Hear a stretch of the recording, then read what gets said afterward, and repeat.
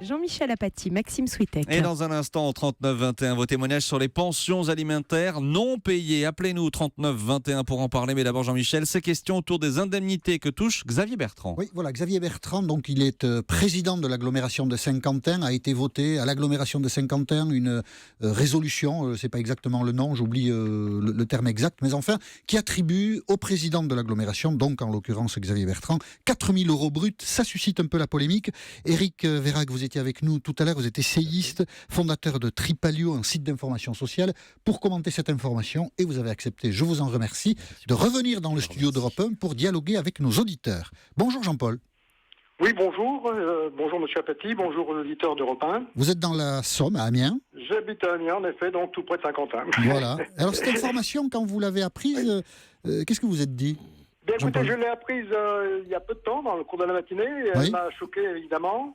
Toutefois, j'ai pris soin d'entendre la réponse qu'a pu faire Monsieur Xavier Bertrand au cours de l'émission il y a moins d'une heure. Oui, exact. Et j'avoue que ça m'a permis de réfléchir un peu plus au sujet et de pouvoir y répondre de façon assez courte, mais précise. Alors allez-y. Alors j'estime que la réponse qu'a faite M. Xavier Bertrand, d'une part, elle est extrêmement maladroite, elle est très malvenue, elle était également décevante et préjudiciable à l'ensemble de la classe politique qui nous dirige. Bon, il aurait mieux fait de se taire alors si on vous écoute. Oui. Alors elle est maladroite parce que M. Bertrand n'a sûrement pas la même lecture que le citoyen moyen du non-cumul des mandats. Alors il le prouve puisqu'il a 2 mandats. Oui. Alors qu'il avait construit toute son image sur l'engagement du non-cumul. Là, il y a quand même une grave faute. Elle est malvenue à un moment où les finances publiques, à tous les niveaux qu'ils soient, sont très tendues, et que dans le monde associatif dans lequel j'agis en permanence, on n'arrête pas de nous dire il n'y a pas d'argent, il n'y a pas de moyens, mais faites-en plus. D'accord. Elle est extrêmement décevante car elle est justifiée par une baisse de rémunération par rapport aux revenus qu'il avait antérieurement. Quand il a pris l'engagement de prendre la région, il savait ce à quoi il s'attendait. Et ça ternit gravement l'image de cette jeune génération d'hommes politiques qui voulaient attirer notre confiance parce qu'on pensait que c'était plus l'idéal qui les guidait, alors que maintenant, il est évidemment rattrapé par des revenus personnels. Bon, au total, vous êtes assez sévère, Jean-Paul. Je ne suis pas sévère, je suis synthétique. Préjudiciable aussi, écoutez, vous l'analyserez. C'était Audiard qui avait une phrase comme ça. Audiard avait une phrase comme ça. Enfin, je la retrouve pas là, et puis je comptais sur Maxime pour m'aider, mais Maxime me fait signe que je peux pas compter sur lui. Blier dans les Tontons Flingueurs. Oui, qui dit un truc comme ça. Je dissémine. Sans doute, je suis de la vieille école, vous savez. D'accord. Et puis je dirais qu'elle est aussi préjudiciable, parce qu'elle est le reflet parfait de cette classe de personnes qui font de la politique un métier et qui vivent sur les deniers publics en permanence depuis de très nombreuses années et qui n'ont que de hâte que de se faire réélire pour avoir un nouveau financement. Voyez-vous, c'est ces gens-là, et vous le savez très bien, que la majorité des Français commencent à ne plus supporter. Bon, sur ce dernier point, Jean-Paul, rapidement, parce qu'on ne va pas engager le débat, la politique, c'est une sensibilité. Vous savez, je crois que tout le monde dans la société n'a pas la capacité à faire de la politique. Et donc, on se retrouve avec des gens qui, très jeunes, entrent dans la politique avec le désir de servir la communauté. Alors après, ils deviennent ce qu'ils deviennent, mais quand même, dans la démarche, il y a aussi quelque chose qui relève de la sincérité, de l'envie d'aider. Et si les gens font des carrières politiques, c'est parce que la politique, c'est une sensibilité. Vous avez déjà fait de la politique, vous, active, Jean-Paul ? Absolument pas. Je me suis interdit d'en faire. Je me suis interdit d'en faire, alors que j'aurais eu tout le monde n'en fait pas dans la société. Voilà, c'est ça que je veux dire. Pourquoi ? Parce que faire de la politique, c'est s'étiqueter, c'est s'assujettir à un parti, à un groupe. Et donc de perdre de sa liberté. Je tiens à garder ma liberté de pensée et d'action. Voilà, votre liberté synthétique, Jean-Paul. Et je vous remercie. Absolument. Et je vous remercie de nous avoir livré votre analyse sur l'antenne d'Europe 1. Merci. Et puis un petit jeu de mots quand même. Allons-y, Je m'étonne que M. Macron n'ait pas demandé une indemnisation compensatoire, compte tenu du fait qu'il gagne beaucoup moins d'argent comme ministre aujourd'hui que dans la situation où il était auparavant. Voilà. Il n'y a pas de jeu de mots, mais il y a juste un petit tacle, quoi. C'est ça. C'est l'anecdote. Voilà, très bien. Merci. Je vous remercie de m'avoir entendu. Merci beaucoup, Jean-Paul. Bonne journée. Au revoir. Bonne journée. Éric Vérac. Xavier Bertrand, quand il est intervenu tout à l'heure dans Europe Midi, a dit « Je ne rentrerai pas dans ce débat, mais quand même, il y a débat. » Est-ce que les responsables politiques sont rémunérés à la hauteur du temps qu'ils peuvent consacrer dans leur mandat ? Alors, il y a un problème ou il n'y a pas un problème ? C'est toute la difficulté. C'est-à-dire qu'aujourd'hui, la façon dont vous posez la question, c'est est-ce qu'on leur paye bien tout leur temps ? Le problème, c'est pas vraiment le temps qui passe, c'est les résultats qu'ils obtiennent. Et aujourd'hui, notre difficulté, je pense, et la polémique, on le voit bien sur Xavier Bertrand, c'est celle-là. C'est de dire, il nous avait promis des choses et il tient pas à ses promesses.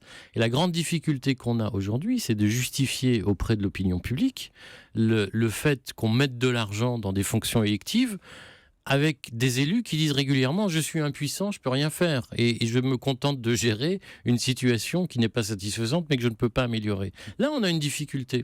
Sur ce point Maxime précis, Oui. beaucoup de réactions, notamment d'auditeurs qui ne sont pas forcément choqués, qui nous disent, ces gens qui nous disent combien touche exactement Xavier Bertrand, cela ne me choque pas qu'un président de région soit relativement bien payé. Christiane nous dit il est normal qu'il soit rémunéré pour toutes ses fonctions actuelles. Voilà, il y a d'autres réactions évidemment Oui, qui oui, sont bien à sûr, l'opposé, et on a entendu tout à l'heure Oui. l'auditeur, mais... Parce que, comme dans tout débat, on ne peut pas être unilatéral. Il y a évidemment sans doute des nuances à apporter. Et peut-être que dans ce genre de débat, puisqu'il s'agit d'argent, d'action publique, vous le dites, Éric Verhaeghe, où l'efficacité n'est pas perceptible immédiatement, en fait, il n'y a pas beaucoup de place pour la nuance. On condamne avec beaucoup de sévérité ces actes-là. Moi, je dirais que les élus sont victimes de leur opacité et de leur manque de transparence sur le sujet. Parce que je vais mettre un pavé dans la mare, puisque vous m'invitez. Le président de région Nord-Pas-de-Calais, moins de 5 000 € net, c'est très mal payé.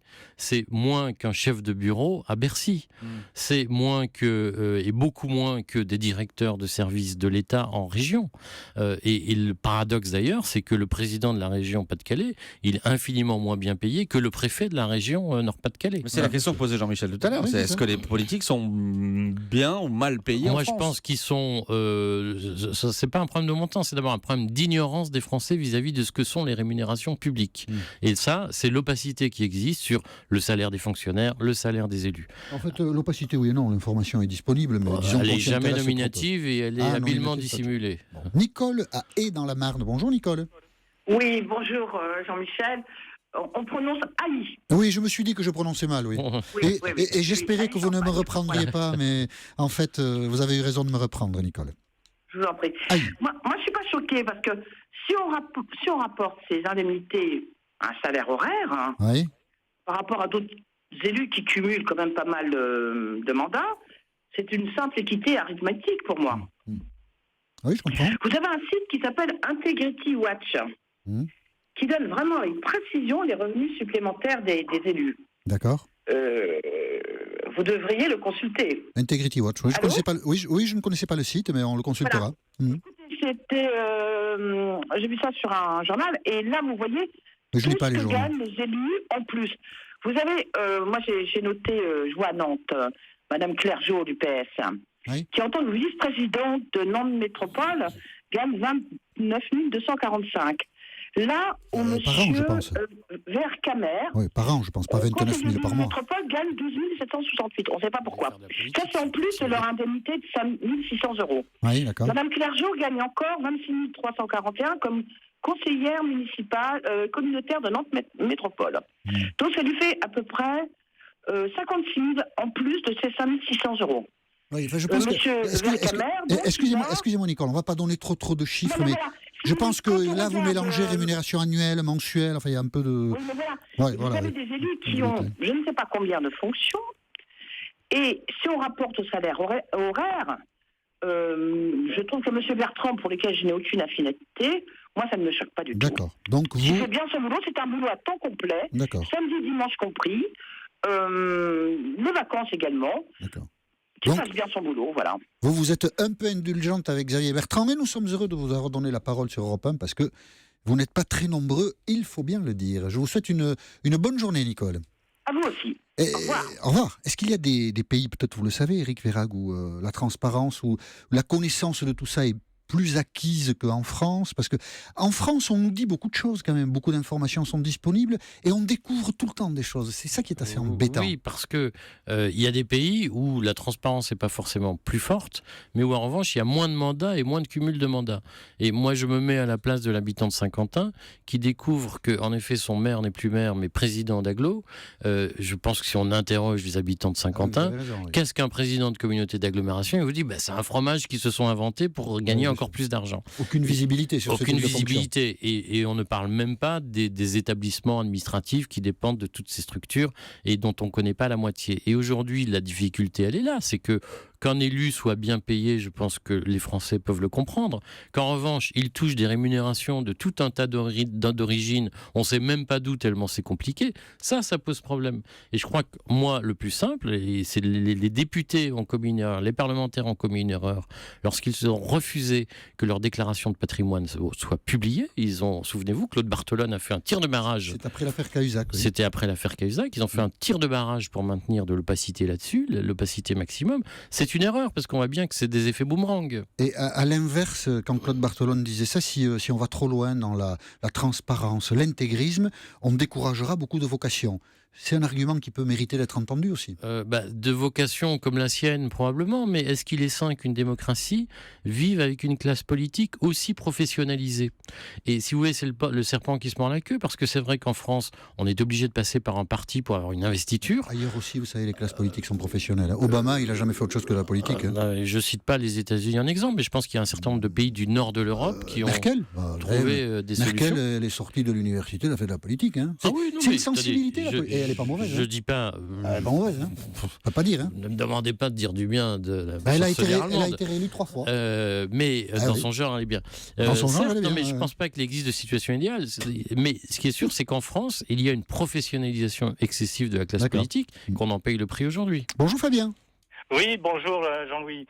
Non, Jean-Louis, c'est Jean-Michel, mais c'est pas grave. Jean-Michel, pardon. Non, c'est pas, Jean-Michel. comme ça vous aurez droit à Mathieu Noël, sans doute vous épinglera un jour prochain. Vous l'avez bien cherché, Fabien. Et puis Vous Jean-Louis, êtes- c'est voilà. bien aussi. Et Jean-Louis, c'est bien aussi, oui. Et Voilà. vous êtes Donc, à, non, vous êtes à mais West Corral. j'étais un peu perdu parce que j'étais Oui. en train de me demander si c'était les auditeurs qui intervenaient ou si c'était des journalistes qui discutaient entre eux.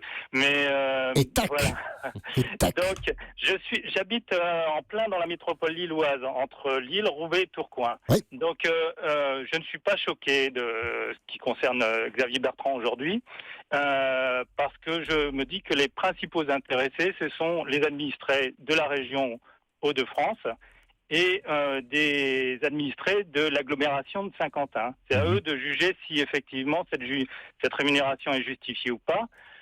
Pour ma part, je ne la trouve pas choquante et je trouve tout à fait intéressant que Xavier Bertrand reste à la fois présent sur sa commune de Saint-Quentin pour avoir une prise de terrain d'une région un peu plus campagnarde, je dirais, par rapport à la métropole lilloise, qui est beaucoup plus industrielle. D'accord. Mais, Un ancrage local, il garde un ancrage local et ça fait voilà, du bien d'après vous. Tout D'accord. à fait. Mhm. Et puis, avant de regarder ce que lui va percevoir, est-ce que ça a été correctement voté ou pas? Est-ce que ça a été accepté par les élus et les administrés qui ont décidé de cette somme? Il faudrait peut-être regarder également et se souvenir de ce qui se passait avant l'arrivée de Xavier Bertrand. Pour ma part, j'ai voté pour lui lors des dernières élections. Oui. Et je suis plutôt satisfait de ce que je vois pratiquer actuellement sur la région et sur la métropole lilloise. Et je me dis, laissons voir. Donc vous le défendez plutôt, vous. Vous trouvez que Oui, c'est plutôt tout à fait. un Et bon alors, président dernier de point. région et vous avez le souvenir de ceux qui ont précédé. Un dernier point, Tout à Fabien. fait. Un dernier point, c'est que je voudrais qu'on évite de confondre l'opinion publique, c'est-à-dire qu'on prenne ma parole, malgré mon avis, en disant, voilà, ça concerne toute la France, ou est-ce que ça concerne une population qui est directement intéressée par le sujet? Les deux, mon capitaine. Vous ne pouvez Voilà. vous pouvez pas empêcher quelqu'un à Perpignan d'avoir un avis sur la question. Hein. Ah non, tout à fait, et je pense qu'il est intéressant de l'entendre. Mais par contre, je crois que les principaux intéressés sont quand même les personnes qui vont contribuer au paiement de cette rémunération, c'est-à-dire les gens de la région Hauts-de-France. Sinon, et pour revenir sur ce que je disais précédemment, si on ne regarde pas ce qui se passait auparavant, je pense qu'on aura déjà trouvé le nom des nouveaux habitants de la région Hauts-de-France, ça sera les autistes. Ouais. Oui, d'accord. Mais Fabien, vous avez raison sur un point, ça c'est évident. Tout le monde a une opinion aujourd'hui, mais après ce sont les habitants de la région, lors du renouvellement du mandat, qui diront d'une certaine manière, et entre autres choses, s'ils ont accepté ou pas la situation telle que l'a installée Xavier Bertrand. Ça, vous avez tout à fait raison, Fabien. D'accord. Tout à fait. Bon, et je pense que s'il voulait gagner de l'argent, il était auparavant, je crois, assureur. Oui, oui, bien sûr. Il aurait pu rester dans ses anciennes fonctions, il en aurait gagné certainement beaucoup plus. On gagne plus d'argent ailleurs que dans la politique. Si on fait des affaires, on en gagne sans doute plus. Ça, c'est vrai. Et on en gagne aussi. Enfin, j'allais dire autre chose. Fabien, je vous remercie d'avoir appelé le 3921. Et je vous souhaite une bonne journée dans le Nord. Vous allez dire quoi? Non, j'allais dire un truc que je ne vais pas dire parce que D'accord. après je risque Alors on le dit pas. d'être mal compris. On le dit Passons. pas. Si, allez-y. Et Vous l'avez au arrêtez bout de- de la langue. Et Vous l'avez au arrêtez bout de la m'embêter, langue. Maxime. Arrêtez de m'embêter. Fabienne dit un truc intéressant, Eric, sur lequel je voulais vous relancer, un ancrage local, parce que voilà, ça fait du bien d'avoir les pieds sur terre. Oui, moi. Pour ou contre le cumul des mandats? Non, mais tout dépend des mandats. Mais moi, qu'il y ait un ancrage dans une commune, ça me choque pas. C'est très bien. Et il a raison de dire que c'est les électeurs du Nord-Pas-de-Calais, des Hauts-de-France, qui sanctionneront pas.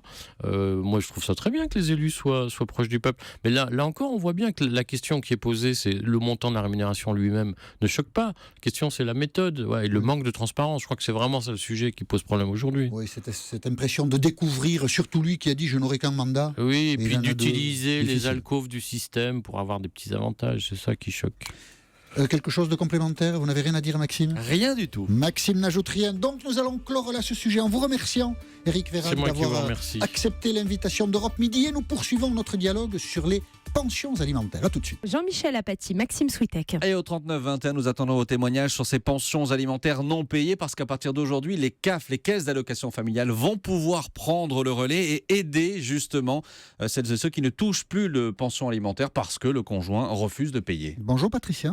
Oui, bonjour. Vous êtes-vous dans cette circonstance où vous êtes avec des enfants et votre conjoint ne verse pas de pension alimentaire? Oui, c'est ça, oui. Comment ça se passe?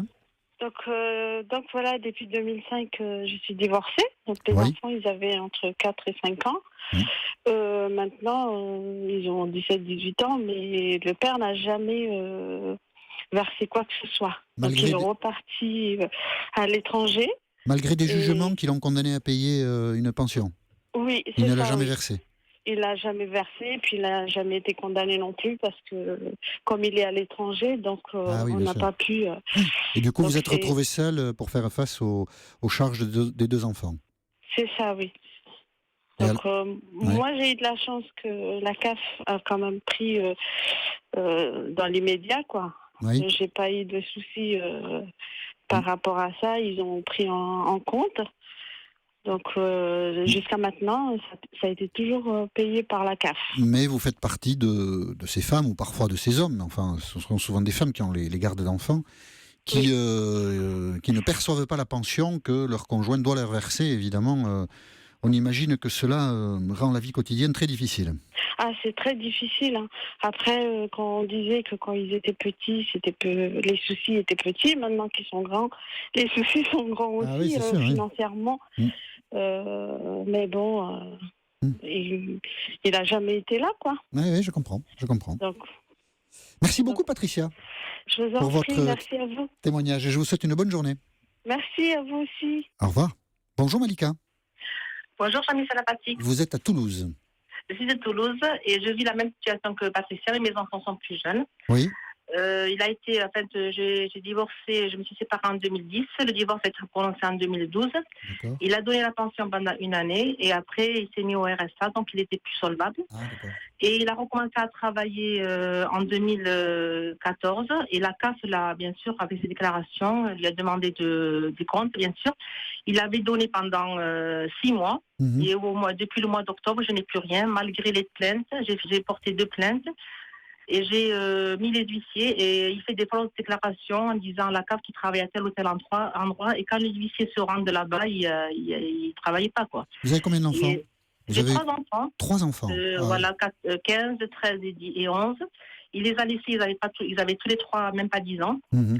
Et voilà, et je me retrouve, bien je travaille. Et je vous avoue que c'est pas facile parce que même en dehors, j'y vois ses enfants une fois par semaine. Mais il ne subvient à aucun de leurs besoins. Et même, et surtout pas financièrement, bien sûr. Et la pension, là, ça fait plus de 6 mois qu'ils ne donnent pas un sou. D'accord. J'ai pas bien compris, Malika. Ils voient les enfants le week-end, c'est ça? Ou certains week-ends? Oui, non, D'accord.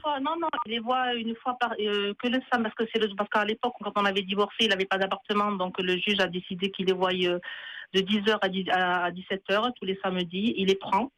Et après, il les ramène, il leur paye voilà, un McDo, bien un Quick, et voilà, et ça s'arrête là, quoi. Et je sais pas, il vous est arrivé d'évoquer cette situation avec lui? Il n'est pas culpabilisé de pas du tout les aider financièrement? Du tout. Et là, comme a dit Patricia, il compte aller vivre à l'étranger pour fuir les huissiers, la justice, voilà. oui, bien sûr. Parce que vous essayez en justice de le faire condamner à... J'attends de passer devant le juge. Il y a 2 plaintes qui ont été faites. Et je remercie les commissaires qui nous accueillent parce qu'ils sont très sympas et ils sont de notre côté, quoi, nous les femmes qui subissons ça.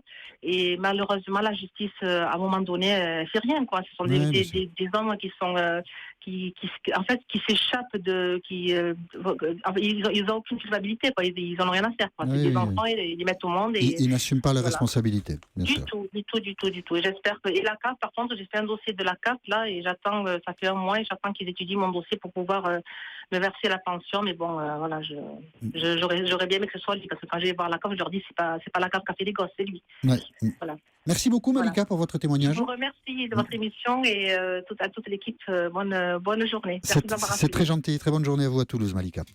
Voilà, ce moment se termine. Nous nous retrouvons lundi, parce que demain c'est samedi, mais lundi sur l'antenne d'Europe 1, 13h10, pour évoquer l'actualité par l'intermédiaire du 39 21.